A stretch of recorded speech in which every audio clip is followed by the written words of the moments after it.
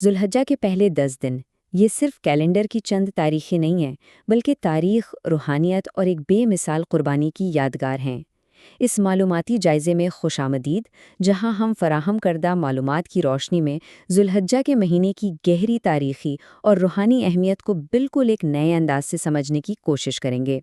تو سب سے پہلا سوال جو فوراً ذہن میں آتا ہے اور جو ٹیکسٹس میں بھی اٹھایا گیا ہے وہ یہ ہے کہ آخر ان مخصوص 10 دنوں میں ایسی کیا خاص بات ہے؟ پورے سال میں 365 دن ہوتے ہیں، لیکن یہ ابتدائی 10 دن بقیہ تمام دنوں پر بھاری کیوں سمجھے جاتے ہیں؟ آج کے اس جائزے میں ہم ان موضوعات کو مرحلہ وار کور کریں گے۔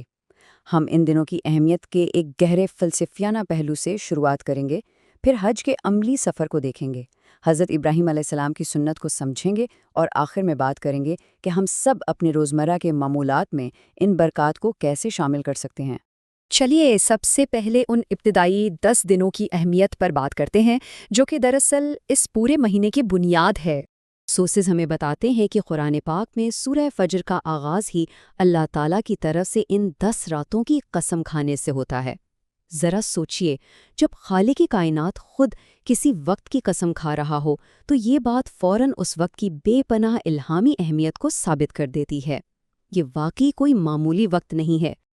اور اس کی روحانی ویلیو کا اندازہ اس بات سے لگائیں کہ ان دنوں میں اجر کئی گنا بڑھ جاتا ہے۔ یہ بالکل ایک بڑے ملٹی پلائر کی طرح کام کرتا ہے۔ صرف ایک دن کا روزہ پورے 1 سال کے روزوں کے برابر شمار ہوتا ہے، اور ان راتوں میں سے کسی ایک رات کی عبادت کو شب قدر یعنی لیلۃ القدر کی عبادت کے برابر قرار دیا گیا ہے۔ یہ فگرز اپنے آپ میں حیران کن ہیں۔ آگے بڑھتے ہیں اور اس مہینے کے سب سے بڑے اور اہم ایونٹ کی طرف آتے ہیں، یعنی حج، جو کہ استطاعت رکھنے والوں کے لیے اسلام کا ایک بنیادی اور انتہائی اہم ستون ہے۔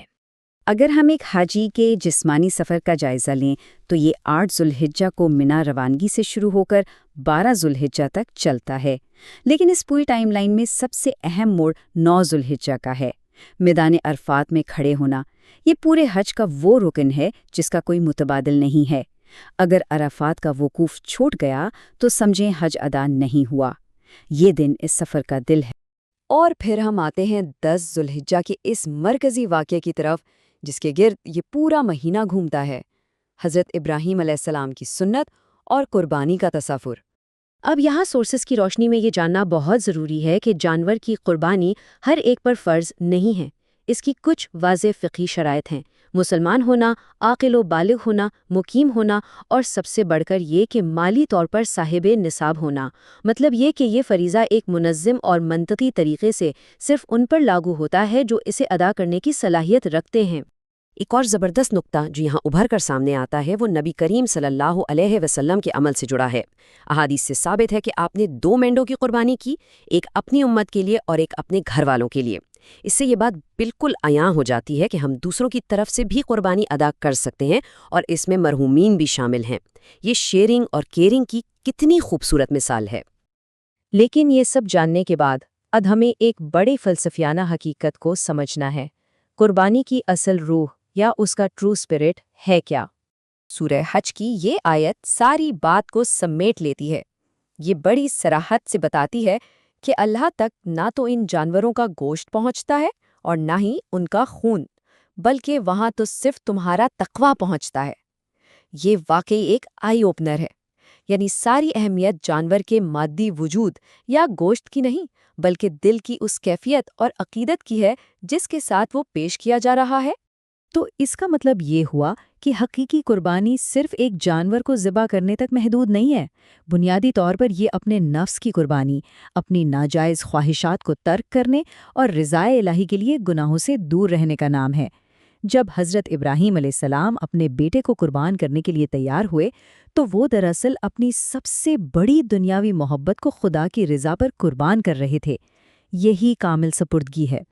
اب سوال یہ ہے کہ جو لوگ حج کے لیے مکہ میں موجود نہیں ہیں وہ اس رحمت سے کیسے فیضیاب ہو سکتے ہیں؟ ان کے لیے بھی بہترین عملی اقدامات موجود ہیں۔ گھر پر رہ کر بھی ایک بہت شاندار روٹین اپنائی جا سکتی ہے۔ مثلاً 9 ذوالحجہ یعنی یوم عرفہ کا روزہ۔ اس ایک روزے کا اجر 2 سال کے صغیرہ گناہوں کی معافی ہے اس کے علاوہ تکبیرات تشریق کا ورد اور ایک خاص قسم کا جسمانی نظم و ضبط، یعنی قربانی ہونے تک بال اور ناخن نہ کاٹنا۔ یہ بظاہر چھوٹی اعمال ہیں لیکن ان کا امپیکٹ بہت بڑا ہے۔ اور یہاں سورسز ایک انتہائی خوبصورت اور امید افزا بات بتاتے ہیں۔ فرض کرے کسی کے پاس مالی استطاعت نہیں کہ وہ جانور کی قربانی کر سکے، تو کیا وہ اس اجر سے محروم رہے گا؟ بالکل نہیں۔ اگر وہ شخص ذوالحجہ کا چاند دیکھنے کے بعد بال اور ناخن نہ کاٹے اور پھر عید کے دن قربانی کے وقت کے بعد انہیں تراشے، تو اسے مکمل قربانی کا اجر مل جاتا ہے۔ یہ کتنی حیرت انگیز بات ہے کہ اسلام میں نیت اور عمل کی ترتیب کس قدر اہمیت رکھتی ہے۔